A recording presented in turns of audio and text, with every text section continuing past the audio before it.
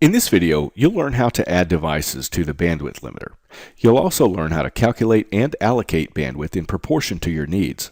And finally, we'll close the video by demonstrating the bandwidth limiter in action. So let's go ahead and get started. We'll start by logging into the router and going to Status, Device List. From here, you can quickly add a device to the bandwidth limiter by clicking the Bandwidth Limit link just below the MAC address. I've already set up some rules for the server, desktop, HTPC, and the Roku. Keep in mind that all other devices that do not have bandwidth limiting rules assigned will utilize a default class, which I'll explain later as we go along. So for now, say for example I wanted to add the Roku, I would simply click the bandwidth limit link just below the MAC address. On the bandwidth limiter page, there are three sections that we need to discuss. At the top, you can set the maximum available download and upload bandwidth for your entire network, and I'll be showing you how to do that in a moment. Just below that, you can enter the MAC address, the IP address, or the IP address range and configure the settings for that device or devices individually. If we scroll down, we can also enable and configure the default class for unlisted MACs and IPs that are not on the list above. And you'll notice that this default class is for LAN BR0. So say for example you set up a wireless guest network or a VLAN or virtual LAN, you can also enable a default class for that LAN as well. But first, let's discuss how to configure bandwidth for our entire network. So how do we determine what number we should put for our available download and upload bandwidth? Well, you'll notice that each number is displayed in kilobits per second. And in our last video, when we ran a speed test, we achieved a maximum download speed of 57 megabits per second download and almost 12. It was about 11.7 meg upload. The first thing that we need to do is convert that over to kilobits per second. So the way that we do that is open up our calculator and we say 57 times 1024 equals 58,368 kilobits per second. Well, we don't want to enter that number in here because that would be the maximum bandwidth for download. And there's a reason for that, and let me demonstrate what I mean. Let me open up a chart. On this chart, you'll notice last week I ran a test 5 days last week. On Monday, Tuesday, and Friday, my download speeds and upload speeds were consistent at 57 meg download and about 11.7 up. However, on Wednesday and Thursday, they fell short at about 52 meg download and about 8.5 up. So what this does is creates an inconsistent service from my ISP.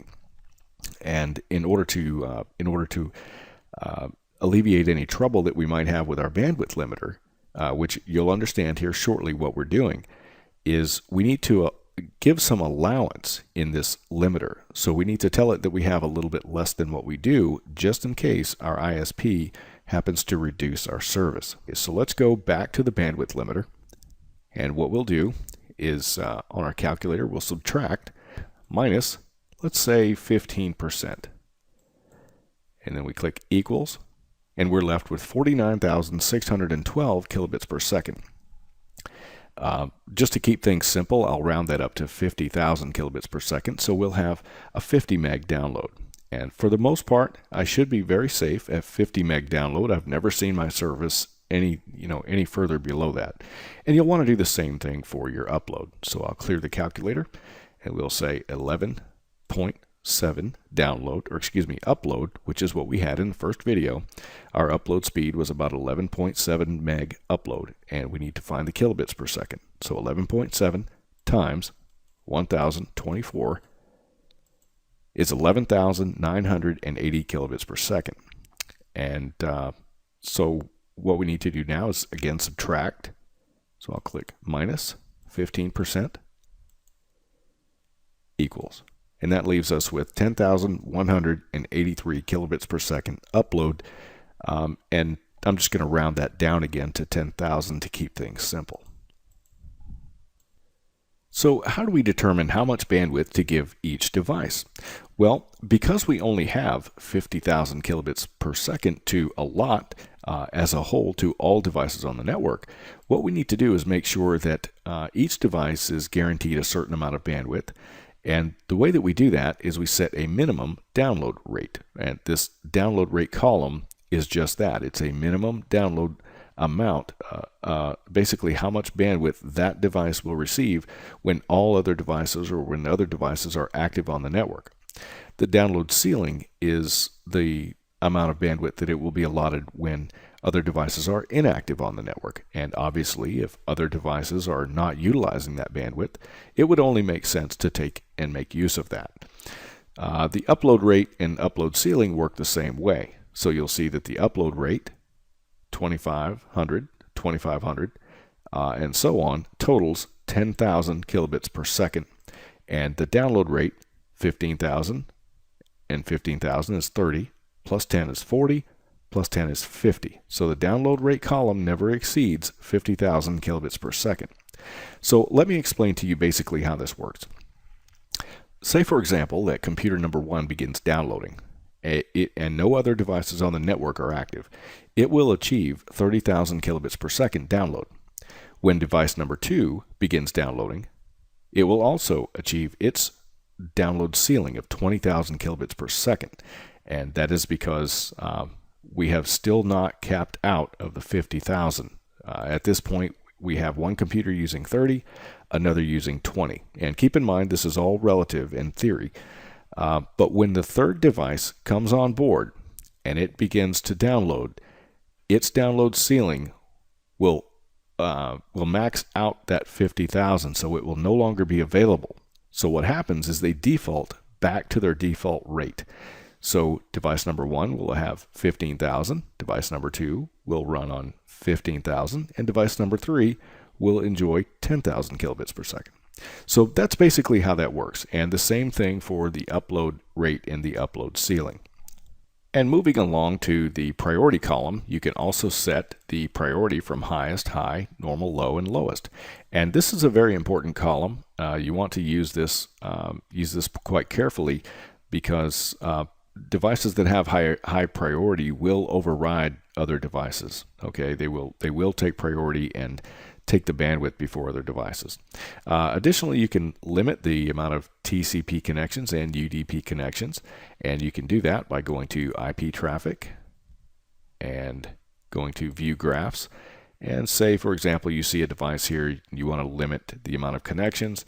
You can click on that, and you can see that this device has 10 TCP connections. So over time, it may be something that you have to look at periodically and see. It may not be that you just have to limit the bandwidth. It might be that you have to also limit the number of connections. So just be aware of that. Okay, so let's go back and talk about the default class. If we go back to the bandwidth limiter and we scroll down just a little bit, the default class, again, this is for unlisted devices. Any device that's not on this list, it can maximize and use all the bandwidth if it wants to, providing one of the devices on the list above are not using the bandwidth. However, it's also not guaranteed any bandwidth.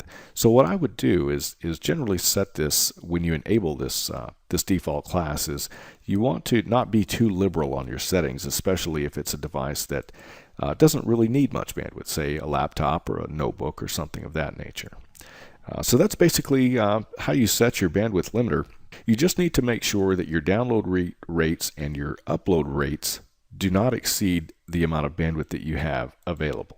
Okay, so moving forward, we're going to go ahead and demonstrate how this works for you and show you how the bandwidth limiter can really help you to maintain a solid experience for everyone on your network.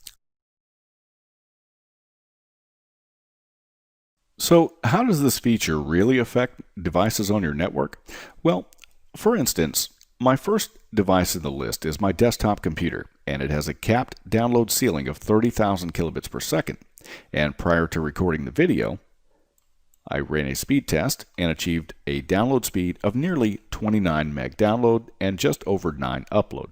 Now, this is in contrast to the first video where we achieved a download speed of 57 meg download and roughly 12 up. And again, the reason for that, if we go back to the bandwidth limiter page, is because we've set a ceiling on that device. So that's the most that that device will ever receive. Now, keep in mind, once this column exceeds your maximum available bandwidth, it will default back to the download rate, the minimum rate. So just keep that in mind. This is sort of a trade-off. You are minimizing the maximum available bandwidth to each device, but overall you're gaining a better performance for all devices on your network. So it really depends on what your particular goals are. So let's see how this performs once we add some downloads, and we're also streaming some video, and just see how the bandwidth limiter performs under a little bit of pressure. I'm going to go back to my server, and I'm going to click, let me click resume and resume these downloads.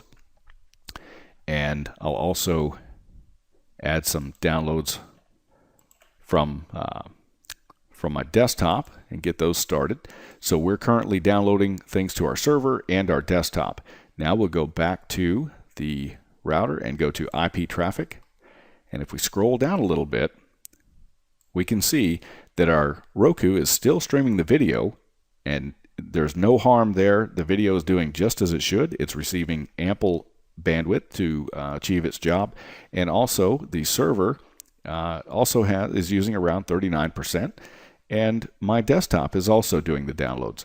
So as you can see, just adding some bandwidth rules can really improve the overall performance for everyone on the network.